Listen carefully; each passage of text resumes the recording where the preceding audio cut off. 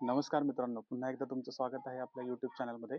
आणि आज आपण समजून घेणार आहोत, की जेव्हा आपण नव्याने गार्डनिंगला सुरुवात करतोय किंवा आपल्याला जर बाग बनवायची असेल, तर त्यासाठी कोणती काळजी घेतली पाहिजे आणि कोणते पॉइंट्स आहेत, जे आपल्याला विचारात घेणं गरजेचं आहे.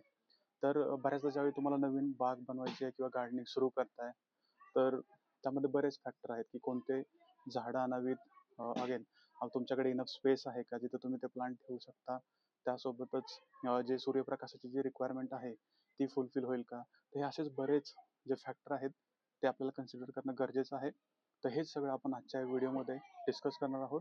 त्यामुळं हा व्हिडिओ शेवटपर्यंत नक्की पहा. तर सगळ्यात पहिला मुद्दा जो आहे, तो आपल्याला विचारात घ्यायचा आहे, तो म्हणजे ज्या पण वेळी तुम्ही बागकाम करायला सुरुवात करताय किंवा गार्डनिंगला नव्याने सुरुवात करताय, तर हा पॉइंट नक्की लक्षात घ्या, की तुम्ही 1 ते 2च प्लांट घेऊन येताल. बिकॉज ज्यावेळी तुम्ही एकदम 10, 15, 20 जर प्लांट आणले, तर बऱ्याचदा आपल्याला अनुभव नसल्यामुळे त्या प्लांट्स पूर्णपणे सगळे खराब होण्याचे चान्सेस असतात. तर 1 किंवा 2च प्लांट्स आणा. त्यामध्ये सुद्धा जे प्लांट्स ज्यांना खूप कमी केअरची गरज असते, जसं की स्नेक प्लांट असेल, जे इंडोर टाईपचं प्लांट आहे, त्यासोबतच मॉन्स्टेरा अशा टाईपचे जे प्लांट आहेत, त्यांना खूप कमी केअरची गरज असते. अशा टाईपचे प्लांट तुम्ही निवडू शकता. त्यामुळं स्टार्टिंगला 1 ते 2च प्लांट्स आणा आणि मग इव्हेंच्युअली मे बी 15 दिवसानंतर, 30 दिवसानंतर जसं तुमचा एक्सपिरियन्स वाढत जाईल, तसं प्लांट्स ॲड करत जा. पण स्टार्टिंगला 1 ते 2च प्लांट्स आणा. मित्रांनो, याच्यानंतर जो मुद्दा येतो, तो म्हणजे स्पेसचा. आता सगळ्यांच्याकडेच ओपन ग्राउंड असेल किंवा सगळ्यांच्याकडेच टेरेस असेल, जिथं तुम्ही ते गार्डन करू शकता, असं नाही. तर बऱ्याचदा तुम्हाला त्या स्पेसमुळे प्रॉब्लेम येऊ शकतो.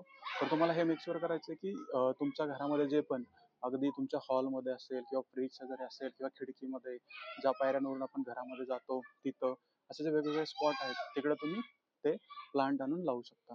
पण हे करत असताना तुम्हाला एक मेक शुअर करायचं ते म्हणजे त्या पद्धतीचे प्लांट तुम्ही चूज करताय की नाही. म्हणजे जर तुम्ही घरामध्ये ठेवणार असाल, तर तुम्हाला हे मेक शुअर करायचं आहे, की तुम्ही इंडोर प्लांट चूज कराल.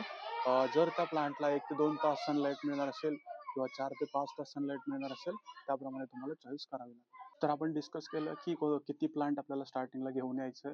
त्याच्यानंतर आपल्याला स्पेस अवेलेबिलिटी याविषयी सुद्धा आपण डिस्कस केलं. आणि आता आपण डिस्कस करणार आहोत, की प्लांटला लागणारा इनफ जो सूर्यप्रकाश आहे, तो इनफ असेल की नाही. तर तुमचं जर घर ईस्ट फेसिंग असेल, तर नक्कीच तुम्हाला एक चांगल्या प्रकारचा सूर्यप्रकाश मिळणार आहे. आणि जर तुमच्या घरासमोर ओपन स्पेस असेल, तर तिकडे ते प्लांट तुम्ही नक्कीच आणून ठेवू शकता. तर तिकडे सूर्यप्रकाशाचा काही प्रॉब्लेम येणार नाही. पण जर समजा तुमचं घर जरी ईस्टला असेल आणि घरासमोर बिल्डिंग वगैरे असेल, तर नक्कीच सूर्यप्रकाशाची प्रॉब्लेम येऊ शकते. तर तुम्हाला हे मेक शुअर करायचं आहे, की तुमच्या घरामध्ये किंवा ज्या स्पॉटला तुम्ही प्लांट ठेवणार आहे, तिथं साधारण किती सूर्यप्रकाश येणार आहे आणि बेस्ड ऑन दॅट तुम्हाला एक योग्य ते असं प्लांट निवडायचं आहे. जर तुमच्या इथं इनडायरेक्ट सनलाईटच मिळणार असेल, तर नक्कीच इंडोर प्लांट्स तुम्ही चूज करू शकता. आणि जर जर तुम्हाला एक चांगली सनलाईट मिळणार असेल, तर जास्त फुलांवाले प्लांट सुद्धा तुम्ही चूज करू शकता. तर हा एक फॅक्टर तुम्हाला कन्सिडर करणं गरजेचं आहे, जेव्हा तुम्ही ॲज अ बिगिनर गार्डनिंग सुरू करत असता.